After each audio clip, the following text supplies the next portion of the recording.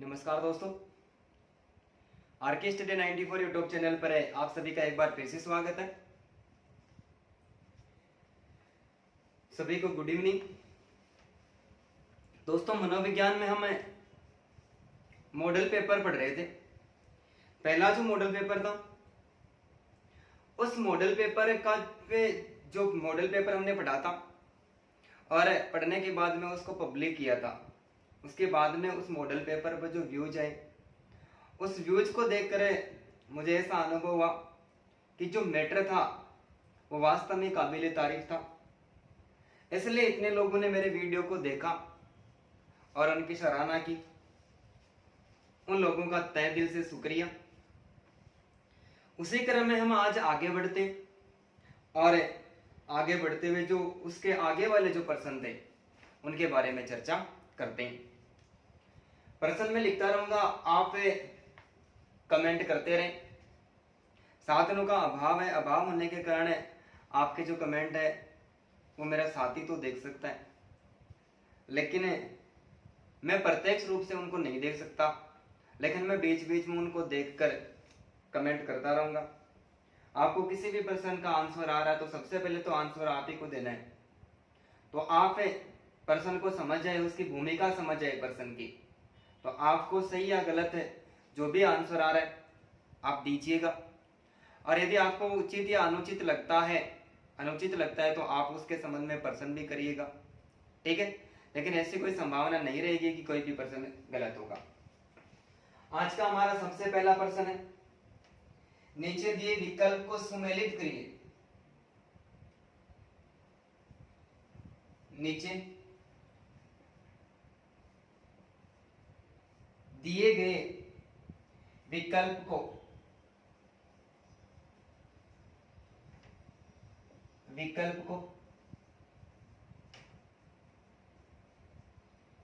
सुमेलित कीजिए, ठीक है।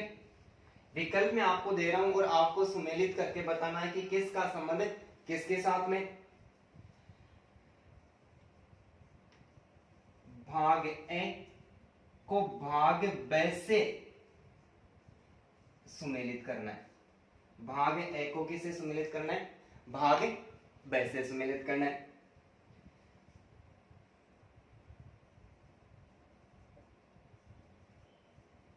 क्रिया प्रसूत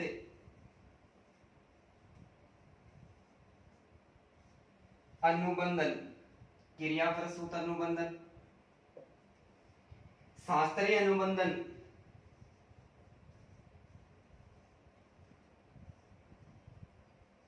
शास्त्रीय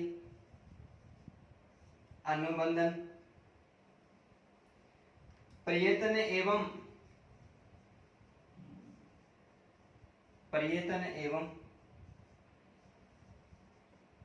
भूल थ्योरी, और चौथा जो विकल्प है गेस्टाल्ट थ्योरी। Gestalt theory. भाग ब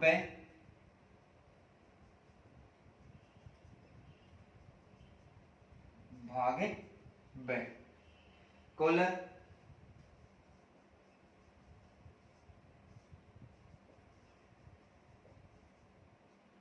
पावलम,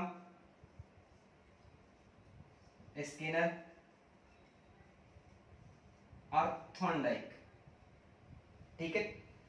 मैं आपको विकल्प देता हूं, 3, 2, 4, 1, 2, 3, 4। तीसरा विकल्प देता हूं, 4, 3, 2, 1। और चौथा विकल्प है 1, 2, 4, 3। 1, 2, 4, 3। प्रश्न आपके सामने, विकल्प आप सामने। नीचे दिए गए विकल्प को सम्मिलित करना है, जिसमें ये हमारा 1 नंबर ऑप्शन है, ये 2 नंबर ऑप्शन है, ये 3 नंबर है और ये 4 नंबर है। मिलान करना है और मिलान करके एकदम सही तरीके से बताना है। बताइए, देखिए जल्दी जल्दी कमेंट करें।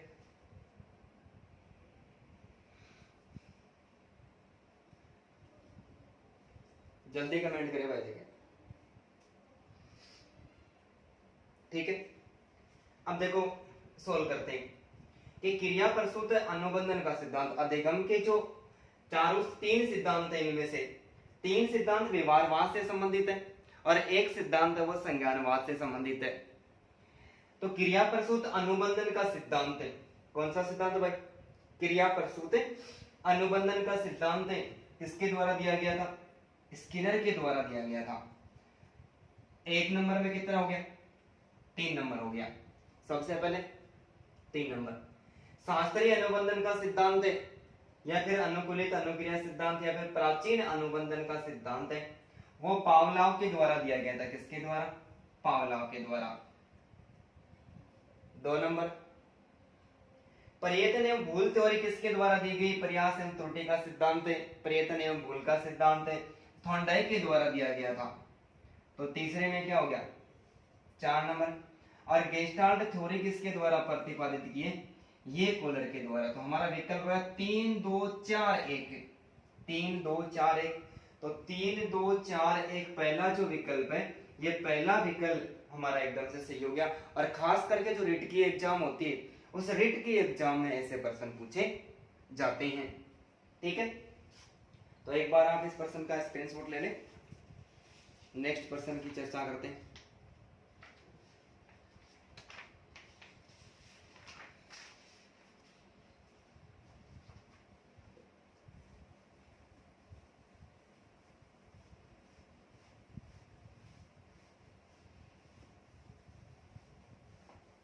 क्योंकि मॉडल पेपर कंप्लीट है, ये जो 15 क्वेश्चन सोल्व होंगे, इसमें एक कंप्लीट मॉडल पेपर पूरा हो जाएगा, जिसमें पेडागोजी सहित है हमारा जो 30% आते हैं, वो सारे के सारे प्रश्न निकल के आ जाएंगे। ठीक है, तो आज का जो दूसरा प्रश्न है, निम्न में से कौन सा भाग, निम्न में से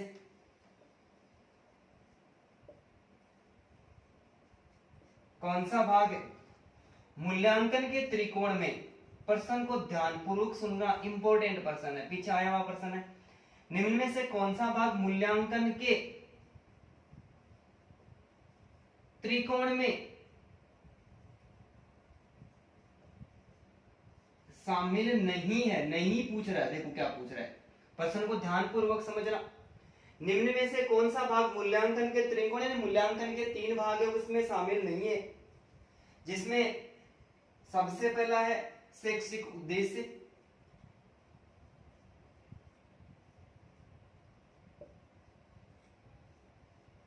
दूसरा जो हमारा विकल्प है वो है शिक्षण अनुभव,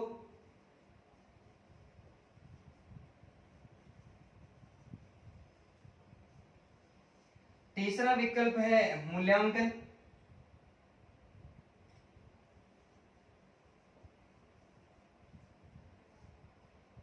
और चौथा जो विकल्प है वो है अधिगम अनुभव।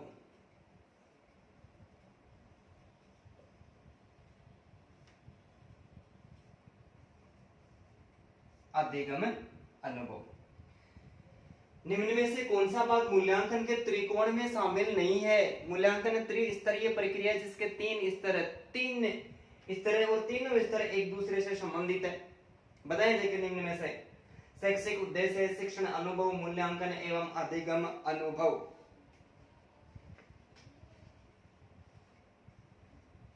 बताइए देखिए, इसका हमारा जो सही आंसर होगा वो होगा 2 नंबर।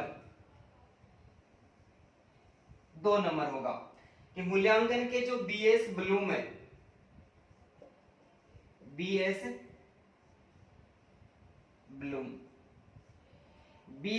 ब्लूम ने मूल्यांकन के 3 स्तर स्वीकार किए। बीएस ब्लूम ने मूल्यांकन के कितने स्तर? बीएस ब्लूम का मानना है कि मूल्यांकन त्रिस्तरीय प्रक्रिया है और जिसके 3 स्तंभ है, जिसमें एक है शैक्षिक उद्देश्य, दूसरा है मूल्यांकन और तीसरा है अधिगम अनुभव। और ये जो शैक्षिक उद्देश्य यानी शिक्षण प्रक्रिया को एकदम से अच्छी तरह से प्रकट करना है, तो उसके उद्देश्य होते हैं कि किस आधार पर शिक्षण के उद्देश्यों को आगे बढ़ाया जाए, शिक्षण प्रक्रिया को आगे बढ़ाया जाए। अधिगम के जो अनुभव होते हैं बालक किस प्रकार से प्राप्त करता है और प्राप्त कर लेने के बाद में अंत में उनका मूल्यांकन किस आधार पर किया जाता है।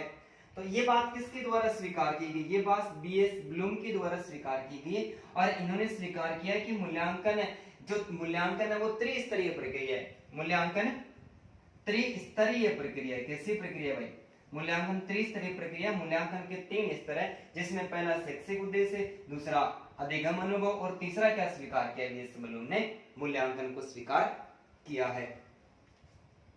इसके अलावा हमारा नेक्स्ट जो प्रश्न है बहुत ही इंपॉर्टेंट प्रश्न है, मूल्यांकन उपयोगी है। प्रश्न क्या है, मूल्यांकन उपयोगी। सारे प्रश्न रीट से संबंधित ये मूल्यांकन उपयोगी है। मैं आपको विकल्प देता हूं, कमेंट करके जरूर बताएं। बालक की प्रगति जानने में, बालक की प्रगति जानने में, दूसरा है बालक की कक्षा उपस्थिति जानने में, बालक की कक्षा उपस्थिति जानने में, तीसरा विकल्प है विद्यार्थियों का आचरण जानने में, विद्यार्थियों का आचरण जानने में, और चौथा है उपर्युक्त सभी।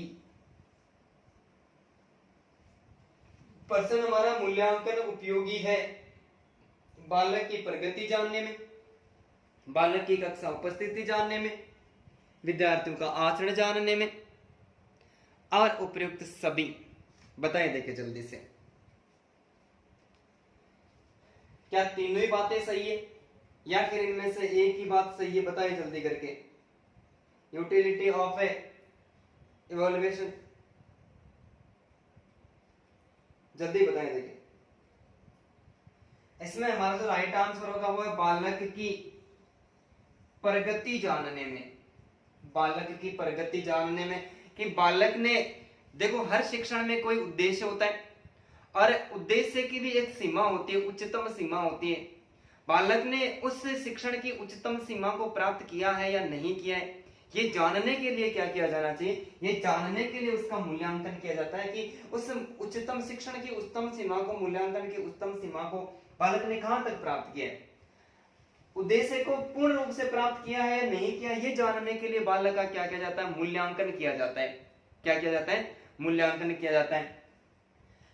दूसरा जो विकल्प है वो बालक की कक्षा उपस्थिति जानने में। अरे कक्षा उपस्थिति जानने में तो हम रजिस्टर को देखकर भी जान सकते हैं कि ये विद्यालय में कितने दिन आया या नहीं आया, उसका मूल्यांकन से कोई लेना देना नहीं। विद्यार्थियों का आचरण जानने में, विद्यार्थियों का व्यवहार जानने में कि दूसरे व्यक्ति के साथ में उसका अच्छा व्यवहार है या नहीं व्यवहार है, इसका गंदा व्यवहार है या फिर ये इडियट है, नालायक है, ये जो उसका व्यवहार है, ये जानने में मूल्यांकन का कोई सहयोग नहीं है। शिक्षण की प्रक्रिया को जानने के लिए बालक ने उच्चतम उद्देश्य को कहां तक प्राप्त किया है, ये जानने के लिए किसका क्या उपयोगी है, मूल्यांकन उपयोगी है। इसके अलावा जो मूल्यांकन की अन्य उपयोगिता है, ये पहला पॉइंट हो गया और मैं बाकी जो नीचे लिख देता हूं। जटिल उद्देश्यों का चयन करने में मूल्यांकन की आवश्यकता होती है। जटिल उद्देश्यों का चयन करने। तीसरा पाठ्यक्रम की जांच करने, पाठ्यक्रम की जांच करने। चौथा है शिक्षण के निदानात्मक परीक्षण। एक होता है उपचार, एक होता है निदान। किसी भी समस्या का कारण जानना निदान कहलाता है और दूर करना उपचार कहलाता है, ठीक है। और चौथा है अधिगम प्रक्रिया का पता लगाने, अधिगम प्रक्रिया का पता लगाने, ठीक है। तो मूल्यांकन उपयोगी है किस लिए भाई? बालक की प्रगति जानने में मूल्यांकन उपयोगी है, जटिल उद्देश्यों का चयन करने के लिए उपयोगी है, पाठ्यक्रम की जांच करने के लिए उपयोगी है, शिक्षण के निदानात्मक परीक्षण में उपयोगी है और अधिगम प्रक्रिया का पता लगाने के लिए उपयोगी है। इसका मतलब विकल्प का दूसरा और तीसरा जो विकल्प है वो हमारा गलत हो जाएगा। बालक की कक्षा उपस्थिति जानने में मूल्यांकन का कोई काम नहीं है और विद्यार्थियों का आचरण जानने में भी मूल्यांकन का कोई काम नहीं है। ठीक है, तो इनमें से कोई भी विकल्प है। अब ऐसा देकर भी पूछ सकता है कि कौन सा है या फिर कौन सा नहीं है। अब इनमें से 4 विकल्प 3 दे देगा और चौथा कोई दूसरा देके ऐसा भी पूछ सकता है कि निम्न में से मूल्यांकन किस के लिए उपयोगी नहीं है। तो आप इसका एक बार स्क्रीनशॉट ले दोनों प्रश्नों का।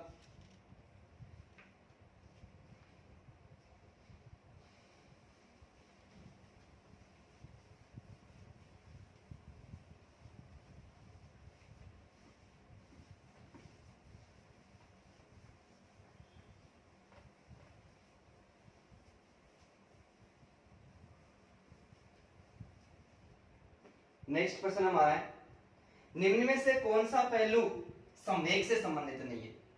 प्रश्न संख्या आज का 4। निम्न में से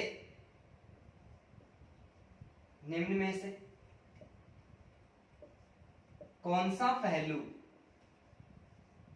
या तथ्य संवेग से संबंधित नहीं? ध्यान पूर्वक सुनना है, इंपॉर्टेंट प्रश्न है।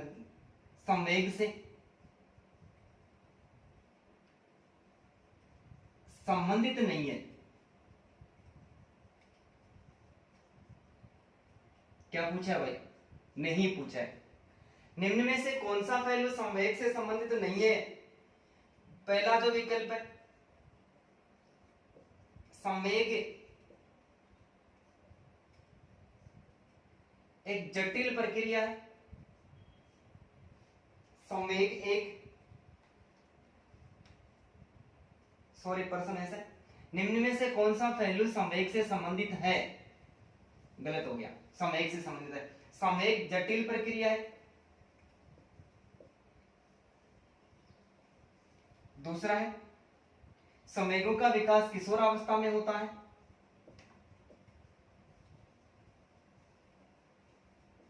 संवेगों का विकास किशोरावस्था में होता है।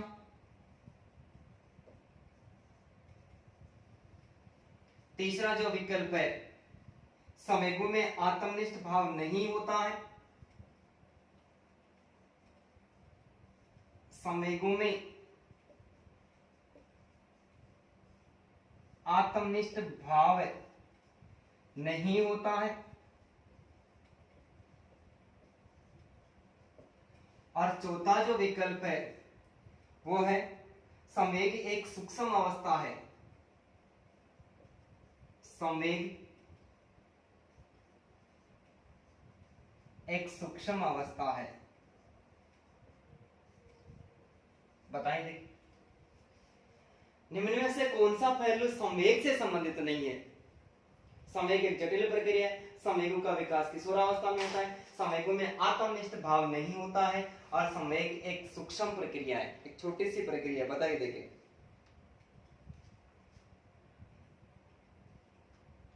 कौन सा सही है भाई?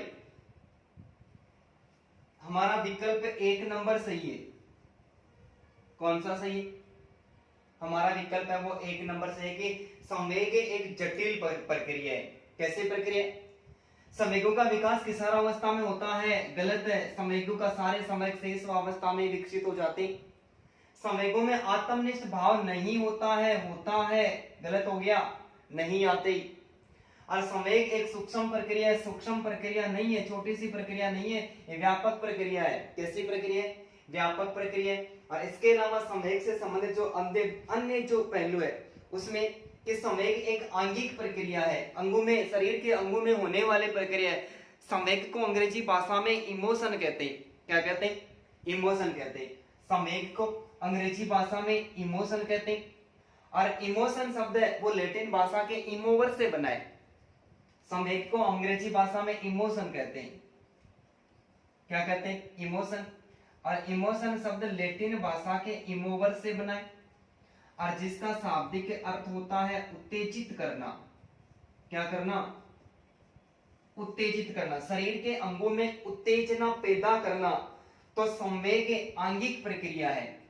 कैसे भाई, संवेग एक आंगिक यानी अंगों में हलचल या उत्तेजना पैदा करने वाली प्रक्रिया है। इसके अलावा संवेग में आत्मनिष्ठ भाव होता है, संवेग में आत्मनिष्ठ भाव होता है। इसके अलावा संवेग अभिव्यंजक व्यवहार होते हैं, अभिव्यंजक, संवेग में अभिव्यंजना से संबंधित व्यवहार होता है। संवेग के जन्म के समय बालक में किसी भी प्रकार का कोई संवेग नहीं होता है। ये बीजिज या बीजिस ने परिभाषित किया था कि उत्तेजना का संबंध किससे माना जाता है, तो उत्तेजना का संबंध संवेग से माना जाता है। ठीक है, तो बीजिस कहता है कि जन्म के समय बालक में कोई संवेग नहीं होता, केवल उत्तेजना होती है। इसकी हम पहले भी बात कर चुके थे। जबकि वॉटसन ने क्या स्वीकार किया, वॉटसन ने स्वीकार किया कि बालक में 3 संवेग, प्रेम, भय और क्रोध, ये 3 संवेग ये जन्म के समय उपस्थित होते हैं। और जो बालक बड़ा होता है अन्य सभी प्रकार के संवेग है, उन संवेगों का विकास हो जाता है। तो संवेग के संबंध में जो सही तथ्य वो है कि संवेग एक जटिल प्रक्रिया है, संवेग में आत्मनिष्ठ भाव होता है, संवेग एक आंगिक प्रक्रिया है और संवेग में अभिव्यंजनिक व्यवहार भी सम्मिलित होते हैं। संवेग को अंग्रेजी भाषा में इमोशन कहते हैं, जिसकी उत्पत्ति लैटिन भाषा के इमोवर से हुई है और उसका शाब्दिक अर्थ होता है उत्तेजित करना या फिर उत्तेजना पैदा करना। बीजिस कहता है कि बालक में जन्म के समय उत्तेजना होती है और कुछ भी नहीं होता है। वाटसन कहता है कि 3 प्रकार के संवेग होते हैं, जिसमें भय, प्रेम और क्रोध को शामिल किया गया है। ठीक है, तो एक बार स्क्रीनशॉट ले लें, मैं नीचे वाला कुछ तथ्य मिटा रहा हूं या फिर आप वीडियो को दोबारा देख लेना।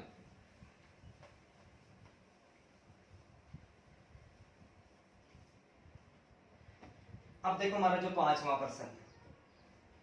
प्रश्न भी संवेगों से संबंधित है और ये इसी प्रश्न में सोल्व भी हो गया था। पांचवा जो प्रश्न था हमारा कि संवेग शब्द का अंग्रेजी रूपांतरण इमोशन है। संवेग शब्द का पूछा गया प्रश्न है, संवेग शब्द का अंग्रेजी रूपांतरण, संवेग शब्द का अंग्रेजी रूपांतरण इमोशन है। संवेग शब्द का अंग्रेजी रूपांतरण इमोशन है। जो लैटिन भाषा के, प्रश्न क्या पूछा है, जो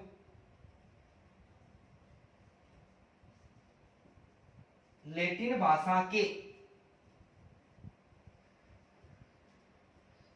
किस शब्द से बना है, जो लैटिन भाषा के किस शब्द से बना है, कमेंट करिए, देखिए जल्दी जल्दी।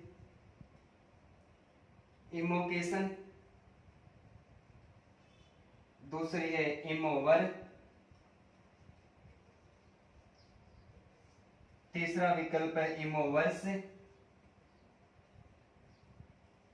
और चौथा जो विकल्प है वो है इमोवेरिएशन, इमोवेरिएशन। तो अभी हमने पढ़ा था कि संवेग को अंग्रेजी भाषा में इमोशन कहते हैं। इमोशन शब्द की जो उत्पत्ति है वो किससे हुई है, लैटिन भाषा के इमोवर से हुई है। देखो ये प्रश्न पहले पूछा गया और अब इसमें देखो इमोवर भी दे दिया, इमोवर्स भी दे दिया, इमोवेरिएशन दे दिया और इमोकेशन दे दिया। तो इस बात का ध्यान रखना है कि संवेग शब्द अंग्रेजी भाषा का हिंदी अंग्रेजी रूपांतरण का इमोशन है। भाई संवेग को अंग्रेजी भाषा में इमोशन कहते हैं और लैटिन भाषा के इमोवर शब्द से उसकी क्या हुई मानी गई है, इमोवर शब्द से उसकी उत्पत्ति हुई मानी गई है। नेक्स्ट प्रश्न की बात करते हैं, छठवां जो प्रश्न है हमारा, निम्न में से कौन सा विकल्प, निम्न में से, शानदार प्रश्न है, फर्स्ट ग्रेड में पूछा गया, निम्न में से कौन सा विकल्प NCF 2005 राष्ट्रीय पाठ्यचर्या 2005 के ढांचे का मार्गदर्शक सिद्धांत नहीं है, ढांचे का मार्गदर्शक सिद्धांत नहीं है। प्रश्न को सुनिए भाई, निम्न में से कौन सा विकल्प एनसीएफ राष्ट्रीय पाठ्यचर्या 2005 के ढांचे का मार्गदर्शक सिद्धांत नहीं है? विकल्प देता हूं, ज्ञान को विद्यालय के बाहरी जीवन से जोड़ना, बाहरी जीवन से जोड़ना। दूसरा विकल्प है परीक्षा प्रणाली को लचीला बनाना, परीक्षा प्रणाली को लचीला बनाना। तीसरा जो विकल्प है वो है अधिगम की रटकर प्रणाली को सुविधा युक्त बनाना, अधिगम की रटकर प्रणाली को सुविधा युक्त बनाना, सुविधा युक्त करना। और चौथा जो विकल्प है वो है परीक्षा बालकों के समग्र विकास के लिए पाठ्यचर्या तैयार करना, बालकों का समग्र विकास करना, ऐसा मान लेते हैं, विकास करना। बताइए भाई, चार विकल्प आपके सामने, प्रश्न भी आपके सामने, निम्न में से कौन सा विकल्प एनसीएफ 2005 के ढांचे का मार्गदर्शक सिद्धांत नहीं है? ज्ञान को विद्यालय के बाहरी जीवन से जोड़ना, परीक्षा प्रणाली को लचीला बनाना एवं अधिगम की रटकर प्रणाली को सुविधा युक्त बनाना, बालकों का समग्र विकास करना। चार विकल्प कौन सा नहीं है ये पूछा है, तो हमारा प्रश्न का आंसर होगा अधिगम की रटकर प्रणाली को सुविधा युक्त बनाना। ये एनसीएफ 2005 के मार्गदर्शक का सिद्धांत में शामिल नहीं है। ज्ञान को विद्यालय के बाहर से जीवन से जोड़ना कि अध्यापक क्या करता है, किसी भी विषय वस्तु को जब अर्थपूर्ण पढ़ाएगा, क्या करेगा, अर्थपूर्ण तरीके से उसको पढ़ाएगा, तब क्या करना पड़ेगा, जो विषय वस्तु होती है उस विषय वस्तु को विद्यालय के बाहरी ज्ञान से जोड़ना पड़ेगा कि बालकों का जो पूर्व अनुभव है उस पूर्व अनुभव को जोड़ेगा तो बालक जल्दी से सीखेंगे। तो ये इसका सिद्धांत का मार्गदर्शक सिद्धांत माना गया।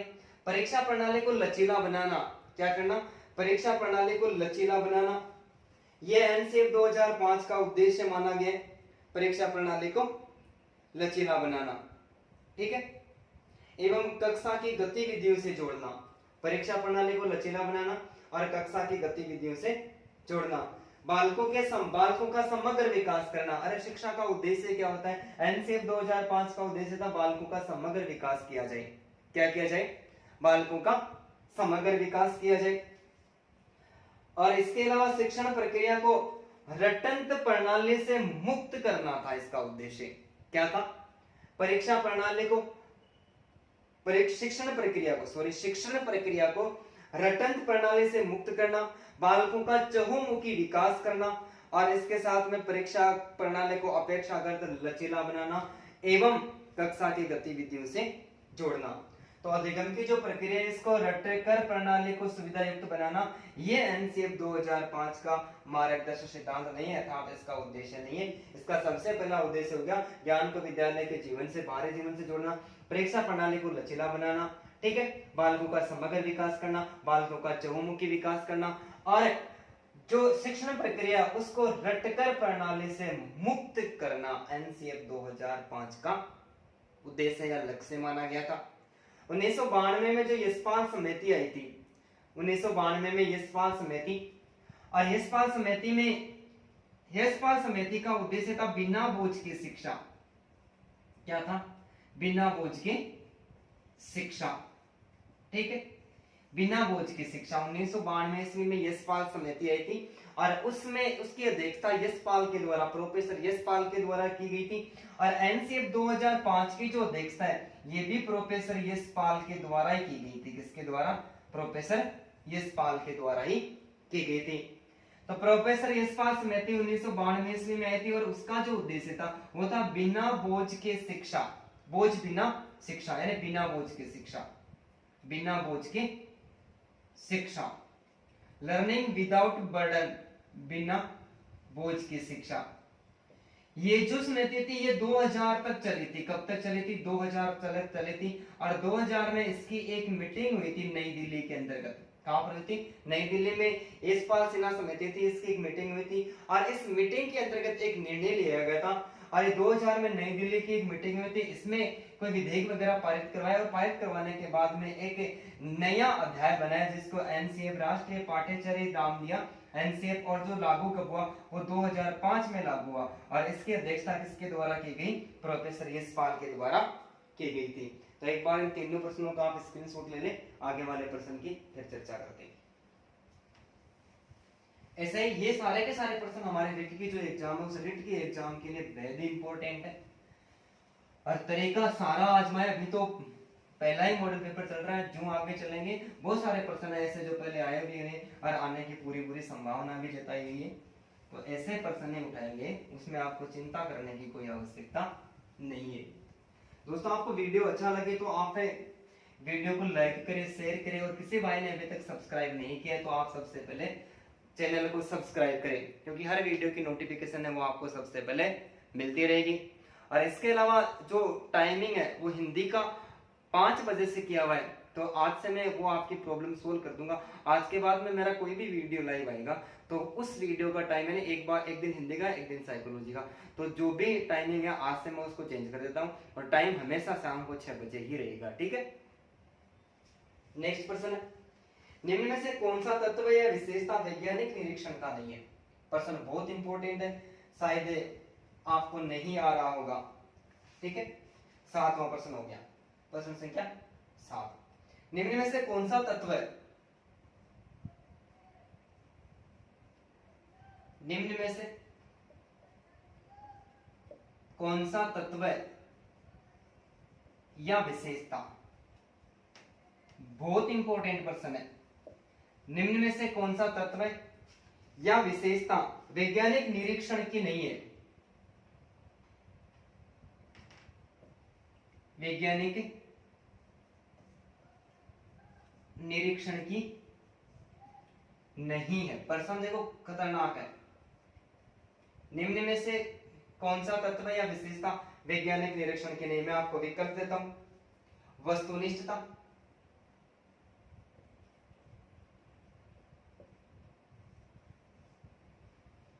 दूसरा है अभिप्रेरणा,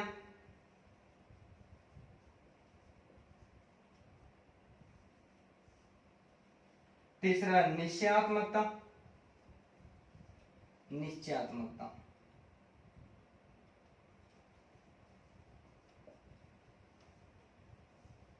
और चौथा है क्रमबद्धता।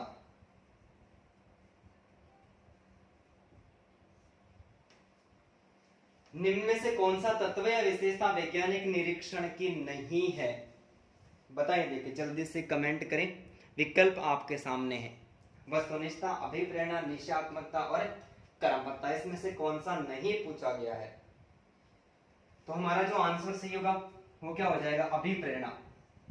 निरीक्षण जो विधि है, निरीक्षण विधि है उसको सार्वभौमिक विधि के नाम से भी जाना जाता है। निरीक्षण विधि का जो सर्वप्रथम प्रतिपादन है वो वॉटसन के द्वारा किया गया था। किसके द्वारा? वॉटसन। निरीक्षण को प्रेक्षण के नाम से भी जाना जाता है और इसके 5 तत्व माने गए। कितने तत्व माने गए? 5 तत्व माने गए, जिसमें सबसे पहला वस्तुनिष्ठता, ऑब्जेक्टिविटी,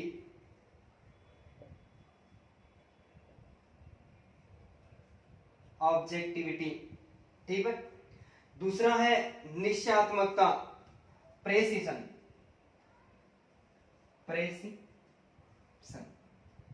तीसरा है क्रमबद्धता, सिस्टमेटिक,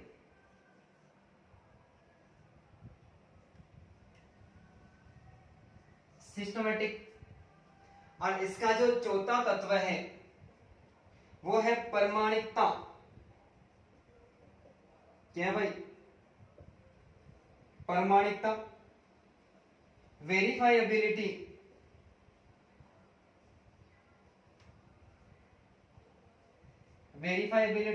और इसका जो 5वां तत्व है वो है विश्वसनीयता।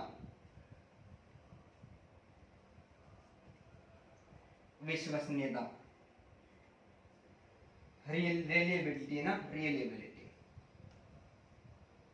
ABILITY।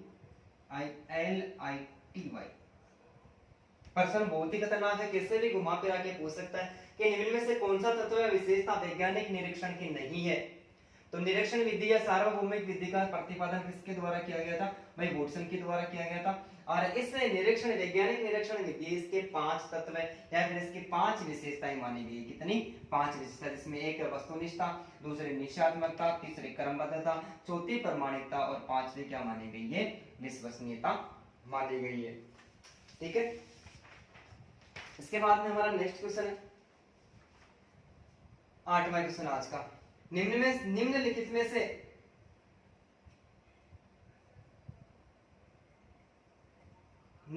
में से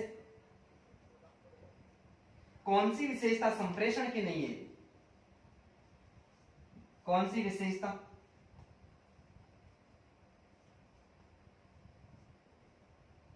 संप्रेषण की नहीं है?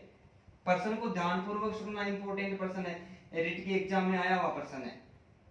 निम्न में से कौन सी विशेषता संप्रेषण की नहीं है? विकल्प मैं आपको दे रहा हूं, कमेंट करके जल्दी बताना है। संप्रेषण गतिशील प्रक्रिया है,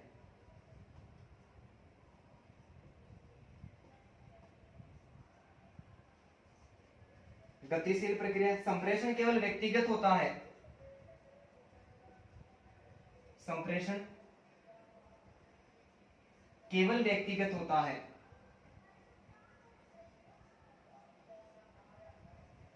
केवल व्यक्तिगत होता है। तीसरा विकल्प है संप्रेषण अनुक्रमणीय। संप्रेषण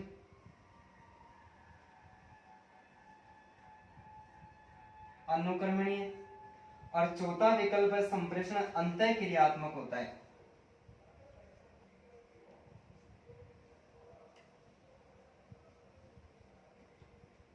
संप्रेषण अंतःक्रियात्मक होता है। विकल्प आपके सामने, आंसर देना है जल्दी से। निम्नलिखित में से कौन सी विशेषता संप्रेषण की नहीं है? संप्रेषण यानी विचारों का आदान प्रदान करना।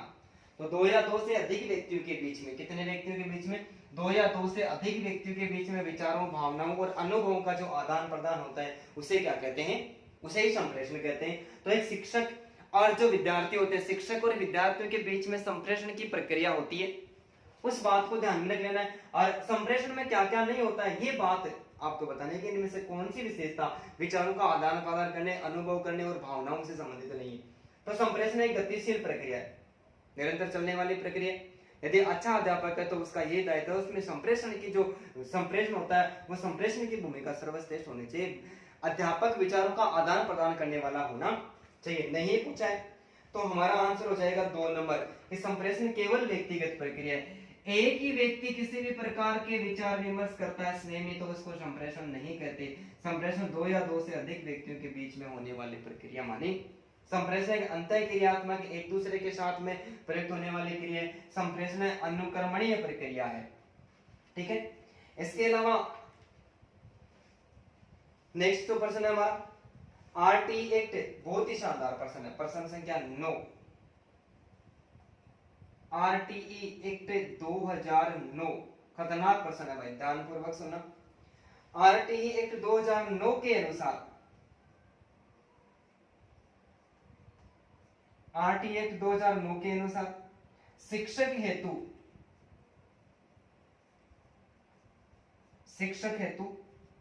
प्रति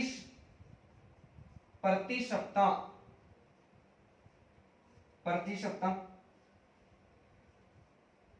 कार्यक्षमता है।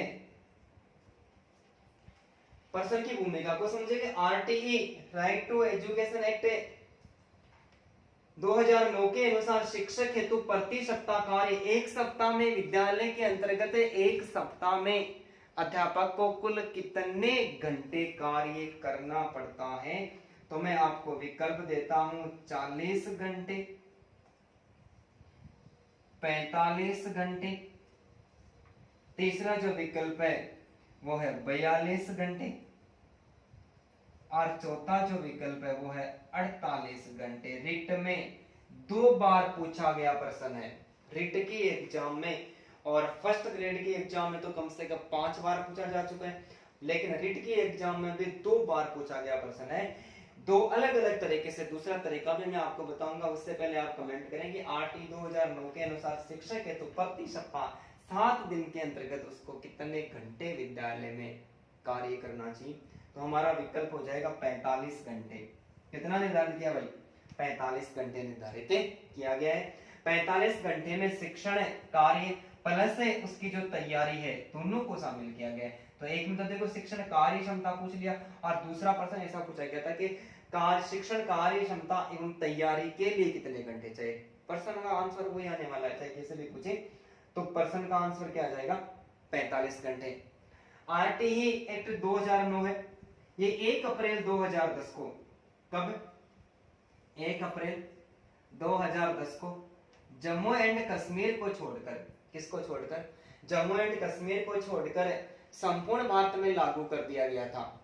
1 अप्रैल 2010 को जम्मू एंड कश्मीर को छोड़कर संपूर्ण भारत में लागू कर दिया गया था। लेकिन 2019 की जो एकल शिक्षण प्रक्रिया आई थी, 2019 में एक नई रणनीति आई थी शिक्षा के संबंध में के कस्तूरी रंगन समिति के द्वारा, उससे के अंतर्गत इस 1 अप्रैल 2009 वाले में जो जम्मू एंड कश्मीर को छोड़ दिया गया था, तो उस नवीनतम शिक्षा नीति में आरटी एक्ट अब वर्तमान समय में जम्मू एंड कश्मीर भी का जो धारा 370 थी वो समाप्त कर दिए। समाप्त करने के बाद में अब ये संपूर्ण भारत में लागू हो गए। लेकिन जब शुरू हुआ था, लागू हुआ था आरटी एक्ट 2009, तब 1 अप्रैल 2010 को लागू हुआ था। उसमें जम्मू एंड कश्मीर को भारत का एक अलग, भारत के संघ के राज्य में शामिल नहीं किया गया था, अलग राज्य का दर्जा था, इसीलिए वहां पर लागू नहीं था। वर्तमान में जम्मू एंड कश्मीर में भी लागू है। और आरटी एक्ट 2009 लागू करने वाला भारत विश्व का 135वां देश है। कौन सा देश है? 135वां देश है। तो यहाँ पर भी देखो बहुत सारे 4-5 प्रश्न निकल के हैं, आप इनका एक बार स्क्रीनशॉट ले लें, अन्य प्रश्नों की बात करते हैं।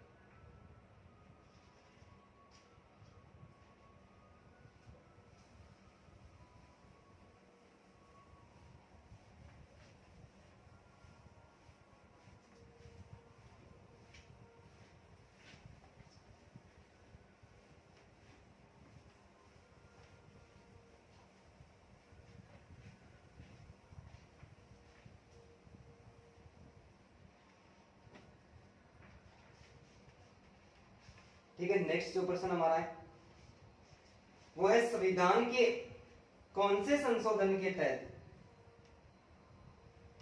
नेक्स्ट प्रश्न है, गिनती कर लेना हमारा, संविधान के, शायद मेरे हिसाब से मेरे जो क्रमांक है उन क्रमांक के हिसाब से हमारा क्रमांक ऊपर नीचे हो गया 10, 11, 12, 13, 14, तो ये 11वां प्रश्न हो सकता है। क्रमांक के हिसाब से ये 11वां प्रश्न हो सकता है। ठीक है, कोई दिक्कत नहीं। संविधान के कौन से संशोधन के तहत,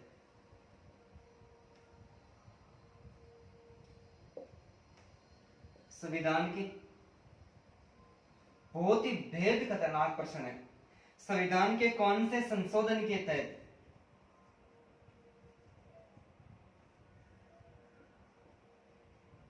संविधान के कौन से संशोधन के तहत संसद द्वारा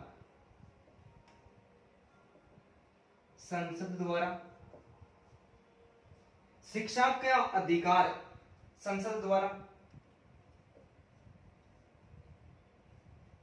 शिक्षा का अधिकार, शिक्षा का अधिकार को व्यक्ति के, शिक्षा का अधिकार को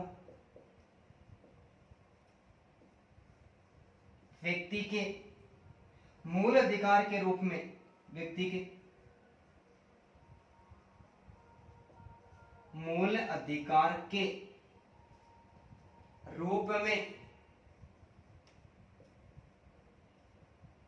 सम्मिलित किया गया था।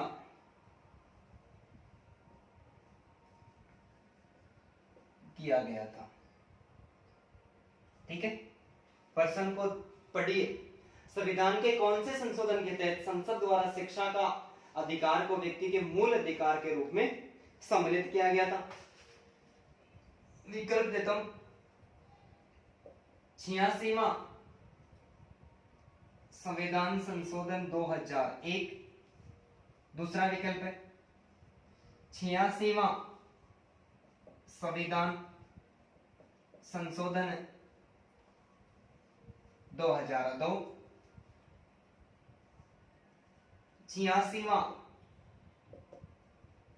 संविधान संशोधन 2005 और चौथा विकल्प है RTE 2009। संविधान के कौन से संशोधन के तहत संसद द्वारा शिक्षा का अधिकार व्यक्ति के मूल अधिकार के रूप में सम्मिलित किया गया था? बताइए, देखिए आंसर जल्दी से बताइए। 86वां संविधान संशोधन 2001, 86वां संविधान संशोधन 2002, 86वां संविधान संशोधन 2005 और RTE 2009। जल्दी बताइए, देखिए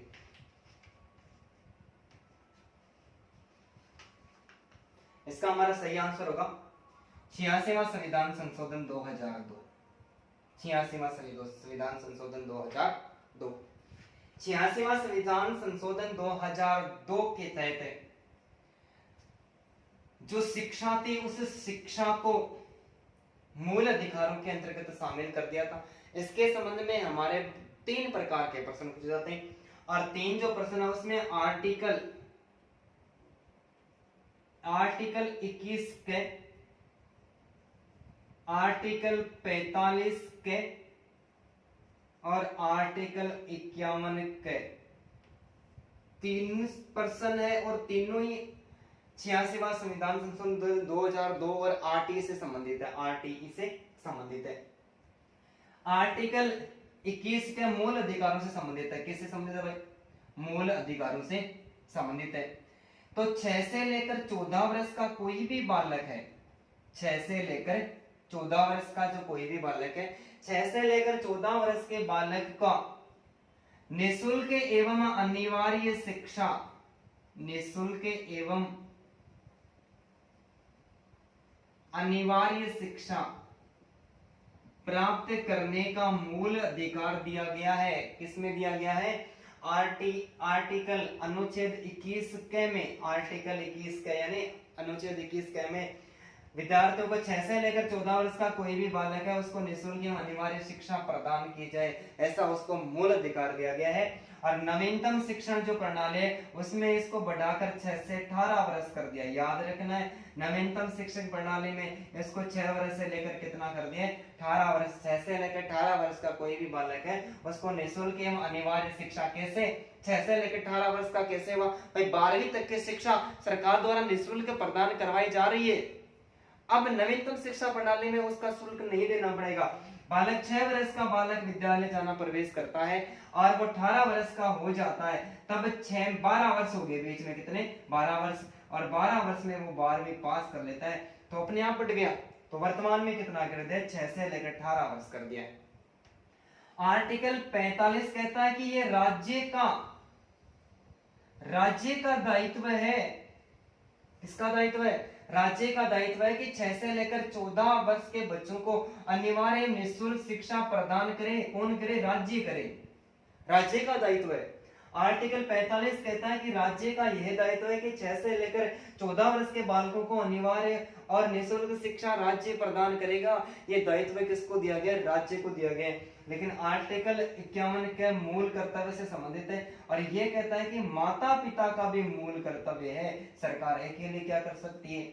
माता पिता का दायित्व है कि 6 से लेकर 14 वर्ष के बालकों को अनिवार्य एवं निःशुल्क शिक्षा प्राप्त करवाए। ये आर्टिकल 51 में कितने सारे प्रश्न निकल के आ गए? एक ही प्रश्न से। तो आर्टिकल 21 में 6 से लेकर 14 वर्ष के बालकों को निःशुल्क एवं अनिवार्य शिक्षा प्रदान करने का अधिकार दिया गया, सॉरी मूल अधिकार दिया गया। वर्तमान में इसको बढ़ाकर 6 से 18 वर्ष कर दिया गया। चिंता करने की कोई आवश्यकता नहीं। आर्टिकल 45 कहता है कि 6 से लेकर 14 वर्ष के जो बालक है इनको अनिवार्य निःशुल्क शिक्षा प्रदान करने का दायित्व किसका है? राज्य का है। लेकिन आर्टिकल 51 कहता है कि माता पिता का दायित्व है कि वो 6 से लेकर 14 वर्ष के जो बालक है उनके परिवार में उनको अनिवार्य निःशुल्क शिक्षा प्रदान करवाए। हमारा प्रश्न बहुत ही खतरनाक था, रिट में पूछा हुआ प्रश्न था। संविधान के कौन से संशोधन के तहत संसद द्वारा शिक्षा का अधिकार को व्यक्ति के मूल अधिकार के रूप में सम्मिलित किया गया? तो हम क्या हो जाएगा? 86वां संविधान संशोधन 2002 को। ठीक है, 12वां क्वेश्चन है, मिटा देता हूँ पूरा सा।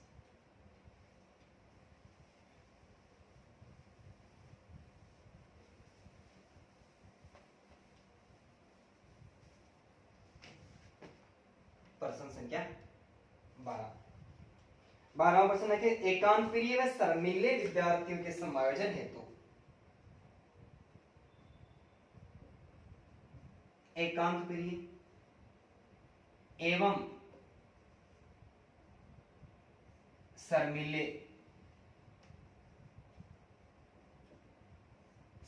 विद्यार्थियों के समायोजन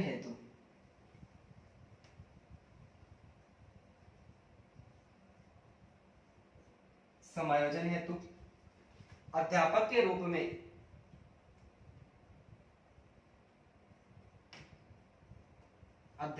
रूप में आपका क्या दायित्व है, आपका क्या दायित्व है। प्रश्न बहुत ही इंपॉर्टेंट है, ध्यान पूर्वक देखें और आंसर दें। एकांत प्रिय एवं शर्मीले विद्यार्थी जो कुसमायोजन के शिकार हो जाते हैं, उनका समायोजन करवाने के लिए अध्यापक के रूप में आप सभी का क्या दायित्व है। विकल्प में आपको देता हूं, विभिन्न प्रतियोगिताओं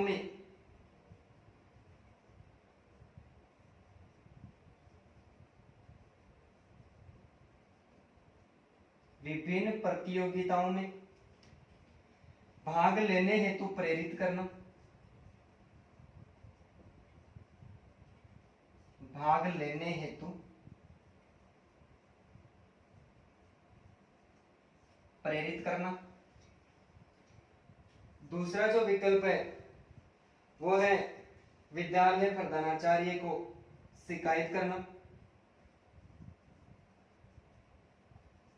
विद्यालय के प्रधानाचार्य को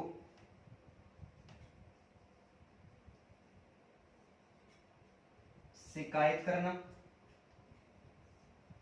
तीसरा है कक्षा के समक्ष दंड देना, कक्षा के समक्ष दंड देना। चौथा विकल्प है कोई नहीं। जल्दी से कमेंट बॉक्स में कमेंट करें। एकांत प्रिय शर्मीले विद्यार्थियों के समायोजन हेतु तो अध्यापक के रूप में आपका क्या दायित्व है। प्रश्न बहुत ही खतरनाक है, जल्दी बताएं। देखिए, विभिन्न प्रतियोगिताओं में भाग लेने हेतु प्रेरित करना, विद्यालय के प्रधानाचार्य को शिकायत करना और कक्षा के समक्ष दंड देना। इनमें से कोई नहीं, इनमें से कोई नहीं। तो हमारा विकल्प 1 नंबर सही हो जाएगा। क्या हो जाएगा? ये पेडागोजी, आप समझते हो कि पेडागोजी के संबंध में कैसे प्रश्न पूछे जाते हैं, तो ये शिक्षा शास्त्र से संबंधित ही प्रश्न है, पेडागोजी का प्रश्न है ये। और प्रश्न है कि एकांत प्रिय शर्मीले विद्यार्थियों को समायोजन हेतु तो अध्यापक के रूप में आपका क्या दायित्व है। यही आपकी मानसिक योग्यता की जांच हो रही है कि अब आपको इनमें से कौन सा विकल्प है। तो विद्यालय के प्रधानाचार्य को शिकायत करने से कोई आवश्यकता नहीं, कक्षा के समक्ष दंड देने से भी कोई सुधार नहीं हो सकता। प्रेम और सहानुभूति की शिक्षा सर्वश्रेष्ठ होती है। कोई भी बालक है, जैसे कभी आपने ऐसा अनुभव किया है कि हमने भी कोई कक्षा में अनुभव किया ही होगा कि जैसे कोई एक बालक ऐसा होता है, किसी प्रतियोगिता की बात कर लेते हैं, प्रतियोगिता होती है, नाच गाना डांस हो रहा है, कोई भी बालक है उसको अकेले को डांस करने के लिए भेज देते हैं, वो अकेला डांस नहीं कर सकता। आप 5 विद्यार्थियों को साथ में भेज दो, 5 मिलकर इतने जबरदस्त नाचेंगे जिसकी आप कल्पना ही कर नहीं सकते, क्योंकि समूह के साथ में उनका क्या हो गया, समूह में उसका समायोजन हो गया। तो एक अकेला एकांत प्रिय शर्मिला विद्यार्थी और समायोजन करने के लिए क्या करवाएं, आप विभिन्न प्रकार की प्रतियोगिता करवाएं और प्रतियोगिता में अन्य विद्यार्थियों के साथ में कर दें। मैं गारंटी लेता हूं अपने आप सुधार हो जाएगा। ठीक है, तो एक बार आप इसका स्क्रीनशॉट जरूर लें।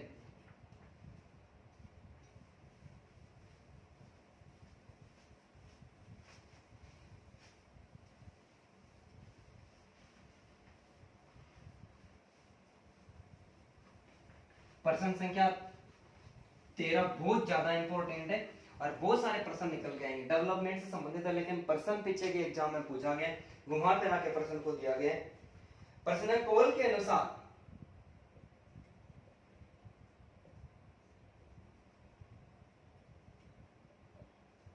कॉल के अनुसार, किसके अनुसार? कॉल के अनुसार बालिकाओं के लिए प्रारंभिक किशोरावस्था का काल कितना है भाई? कॉल के अनुसार बालिकाओं के लिए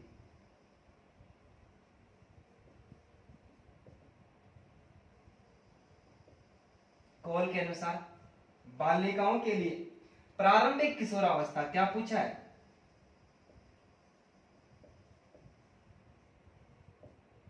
प्रारंभिक किशोरावस्था का काल यानी समय है। प्रश्न को ध्यानपूर्वक पढ़ना है। कॉल के अनुसार बालिकाओं के लिए प्रारंभिक किशोरावस्था का काल कितना स्वीकार किया है? विकल्प देता हूं, 11 से 12 वर्ष। दूसरा मैं आपको विकल्प देता हूं, 12 से 14 वर्ष।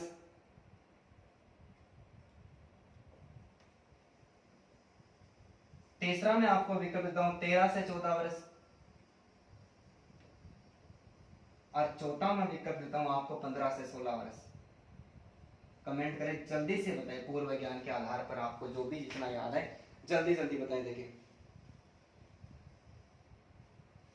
कॉल के अनुसार बालिकाओं के लिए प्रारंभिक किशोरावस्था का काल कितना स्वीकार किया है? 11 से लेकर 12 वर्ष, 12 से लेकर 14 वर्ष, 13 से लेकर 14 वर्ष और 16 से 15 से लेकर 16 वर्ष। तो हमारा आंसर सही होने वाला है 12 से लेकर 14 वर्ष। ठीक है। कॉल ने विकास की अवस्थाओं को 12 भागों में बांटा। देखो कितने भागों में कॉल ने विकास की अवस्थाओं को 12 भागों में बांटा। 12 भागों में, एक बार स्क्रीनशॉट लें।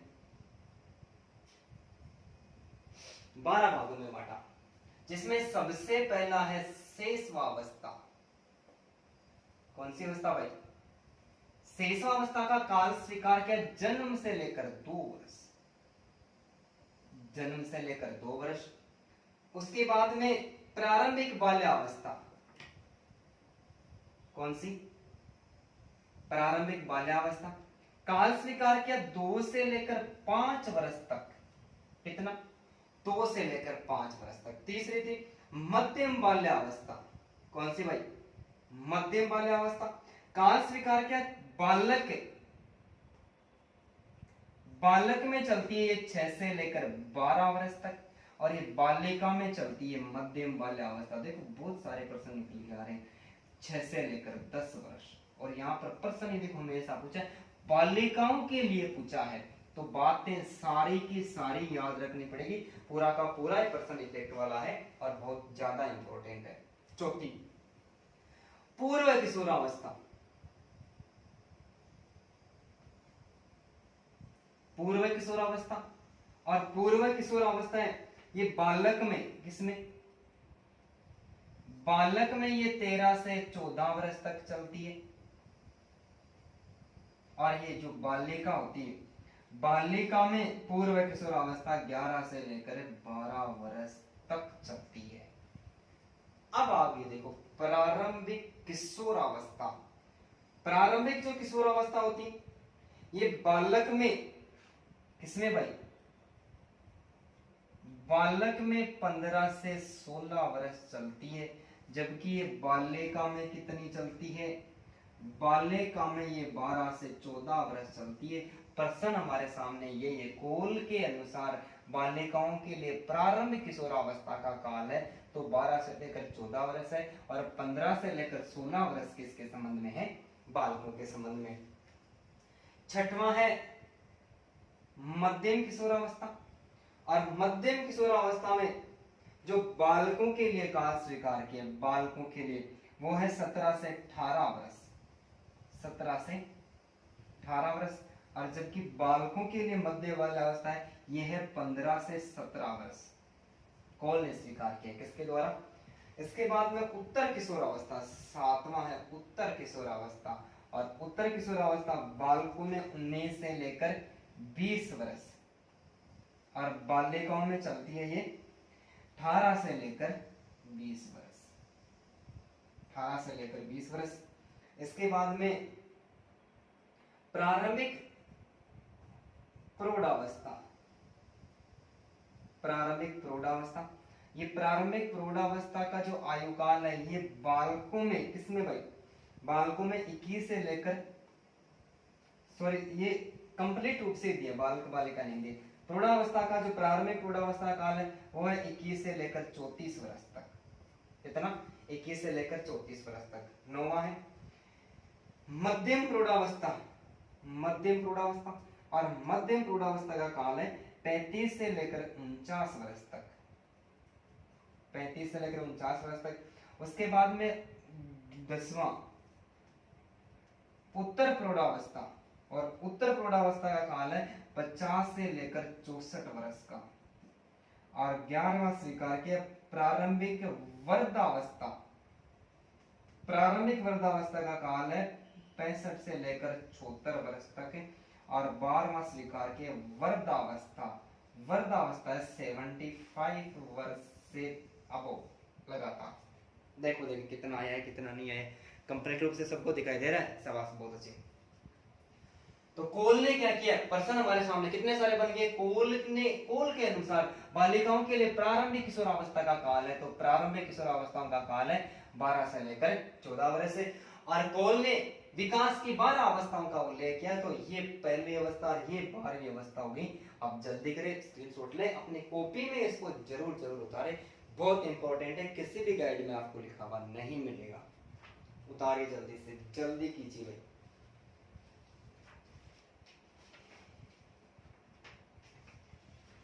मिटा दूं? चलो ठीक है, मिटा देता हूं।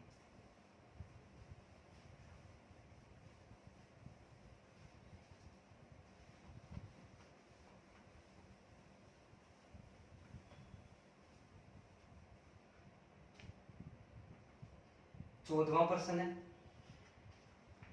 क्रियात्मक अनुसंधान का उद्देश्य निम्न में से कौन सा है? रिट में पूछा गया प्रश्न है। क्रियात्मक अनुसंधान का उद्देश्य निम्न में से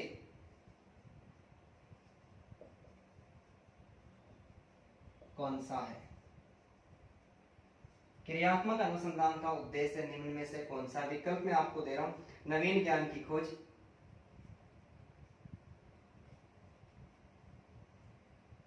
नवीन ज्ञान की खोज।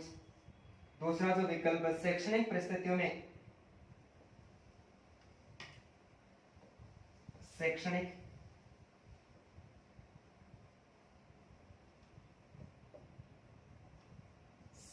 परिस्थितियों में वैज्ञानिक व्यवहार का विकास,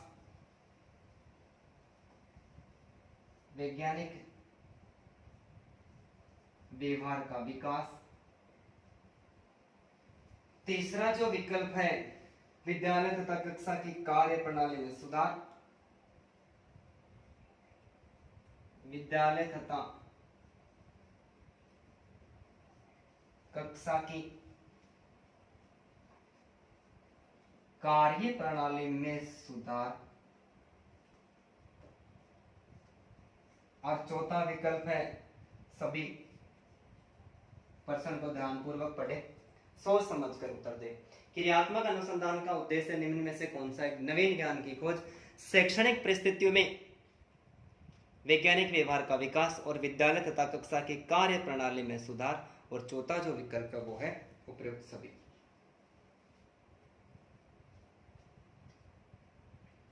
ठीक है, इसमें हमारा विकल्प 3 नंबर का सही हो जाएगा, विद्यालय तथा कक्षा की कार्य प्रणाली में सुधार, विद्यालय तथा कक्षा की कार्य प्रणाली में सुधार। तो क्रियात्मक अनुसंधान का अर्थ क्या होता है उसके बारे में बता देता हूं, आप साथ में नोट करते जाना, आराम के साथ में समझ में आ जाएगा। क्रियात्मक अनुसंधान का सामान्य अर्थ होता है विद्यालय से संबंधित व्यक्तियों द्वारा, किसके द्वारा? विद्यालय से संबंधित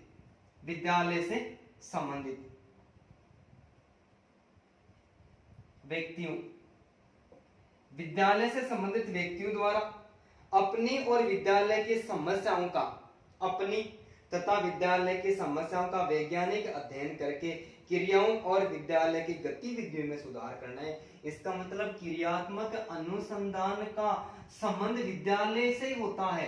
किससे होता है? विद्यालय से होता है। विद्यालय में किसी प्रकार का व्यक्ति में स्वयं में या फिर विद्यालय में किस प्रकार का सुधार करना है, इस प्रकार का सुधार है वो किस में किया जाता है, क्रियात्मक अनुसंधान के अंतर्गत किया जाता है। तो मैं एक बार फिर से बोल के बता रहा हूं, आप सेंटेंस को लिख लेना।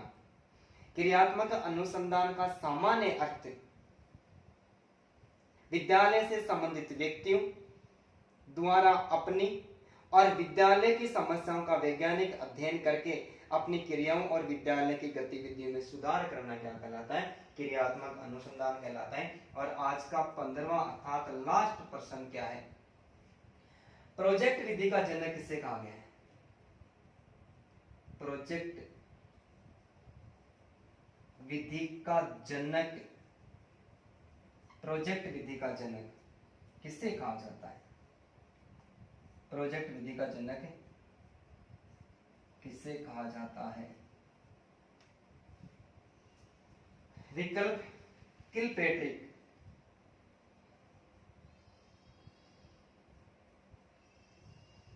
दूसरा विकल्प है मारिया मॉन्टेसरी,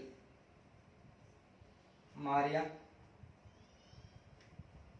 मॉन्टेसरी, तीसरा विकल्प है जॉन डेवी और चौथा विकल्प है रूसो। रूसो या मानव क्या फर्क पड़ता है? 4 विकल्प हो गए। प्रोजेक्ट विधि का जनक किसे कहा जाता है? किलपेट्रिक, मारिया मॉन्टेसरी, जॉन डेवी और रूसो। जल्दी कमेंट करो, जल्दी से बताओ, देखिए टाइम बहुत ज्यादा हो रहा है। प्रोजेक्ट विधि का जनक किसे कहा जाता है? किलपेट्रिक, मारिया मॉन्टेसरी, जॉन डेवी और रूसो। तो प्रोजेक्ट जो विधि है इसका जो जनक है वो किलपेट्रिक को माना गया है। किसके द्वारा? किलपेट्रिक को माना गया। शिक्षण की जो मुख्य 8 विधियां मानी गई उसमें सबसे पहली विधि प्रोजेक्ट मेथड, परियोजना विधि का जो जनक है वो किसको माना गया? किलपेट्रिक को माना गया। और प्रोजेक्ट जो विधि है, परियोजना विधि होती है, इसमें ये केवल शिक्षक केंद्रित है, सॉरी शिक्षार्थी विद्यार्थी केंद्रित विधि है, विद्यार्थी केंद्रित विधि है। इसमें विद्यार्थी स्वतंत्र होता है, स्वतंत्र रहकर कार्य करता है। शिक्षक का दायित्व केवल और केवल मार्गदर्शन का ही होता है। साचार्य विधि या मारिया मॉन्टेसरी विधि खेल खेल की शिक्षा विधि है। कौन सी भाई? खेल खेल की शिक्षण विधि है मारिया मॉन्टेसरी विधि, या फिर साचार्य विधि की जनक मारिया मॉन्टेसरी को मानी जाती है। और शिक्षण त्रिस्तरीय प्रक्रिया है, शिक्षण त्रिस्तरीय प्रक्रिया है, त्रिस्तरीय प्रक्रिया है। किसके द्वारा कहा गया था? जॉन डीवी के द्वारा गया था। लेकिन मूल्यांकन त्रिस्तरीय प्रक्रिया ये किसके द्वारा गया? सबसे पहला प्रश्न हमने दूसरा प्रश्न पढ़ा था बीएस ब्लूम के द्वारा। तो जॉन डीवी के अनुसार शिक्षण त्रिस्तरीय प्रक्रिया है जिसमें 3 स्तर कौन कौन से? शिक्षक, शिक्षार्थी और पाठ्यक्रम। ठीक है। शिक्षण द्विस्तरीय प्रक्रिया है। एडम्स ने स्वीकार किया, शिक्षण में शिक्षक और शिक्षार्थी को शामिल किया। बहुत सारे प्रश्न निकल गए। प्रोजेक्ट विधि का जनक किलपेट्रिक, मारिया मॉन्टेसरी और साचार्य विधि जो खेल खेल की शिक्षा पर आधारित है उसकी जनक मारिया मॉन्टेसरी। शिक्षण त्रिस्तरीय प्रक्रिया है जॉन डीवी, लेकिन मूल्यांकन त्रिस्तरीय प्रक्रिया बीएस ब्लूम। पढ़ लिया था प्रश्न। जॉन डीवी ने शिक्षक, शिक्षार्थी, शिक्षक, शिक्षार्थी और पाठ्यक्रम। शिक्षण द्विस्तरीय प्रक्रिया एडम्स ने स्वीकार किया, एक शिक्षार्थी और दूसरा शिक्षक है। रूसो बहुत ही खतरनाक वैज्ञानिक है। रूसो के द्वारा 2 प्रचलित परिभाषाएं और दोनों परिभाषा बार बार एग्जाम में पूछी जा चुकी है। बालक पुस्तक के समान है और प्रत्येक अध्यापक को उसका अध्ययन करना चाहिए। परिभाषा रूसो के द्वारा दी गई। इसके द्वारा कि जब बालक का जन्म होता, बहुत ही इंपॉर्टेंट और खतरनाक परिभाषा है, जब बालक का जन्म होता है तब उसका स्वभाव अच्छा होता है, लेकिन समाज के कटु अनुभव उसके व्यवहार को बुरा बना देते हैं। ये परिभाषा भी किसके द्वारा दी गई है? रूसो के द्वारा ही दी गई है। तो धन्यवाद दोस्तों।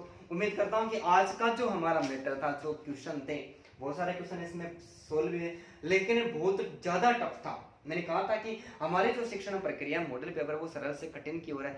इनमें से लगभग प्रश्न रिट से संबंधित है और सारे के सारे संबंधित जो प्रश्न है वो पेडागोजी शिक्षा शास्त्र से संबंधित है। इसमें विद्यार्थी की योग्यता का जांच किया गया है, इसलिए हमारा पहले जिसका नहीं पढ़ा हुआ उसके लिए क्या बन गए, ज्यादा टफ बन गए। तो दोस्तों इसी आधार पर हमने 30 प्रश्न एकदम पूरी तरह से कंप्लीट रूप से सोल्व करने, बहुत सारे प्रश्न मैंने निकाले हुए हैं। मैं उम्मीद भी करता हूँ कि आगे में जो भी हम मॉडल पेपर सोल्व करेंगे मैं आपको इसी तरीके से सोल्व करवाता रहूंगा। लेकिन आप सभी से मेरी एक रिक्वेस्ट है कि आप वीडियो को लाइक करें, शेयर करें, ज्यादा से ज्यादा हो सके अपने मित्रों को, दोस्तों को बताएं, दोनों को फायदा होगा। धन्यवाद दोस्तों।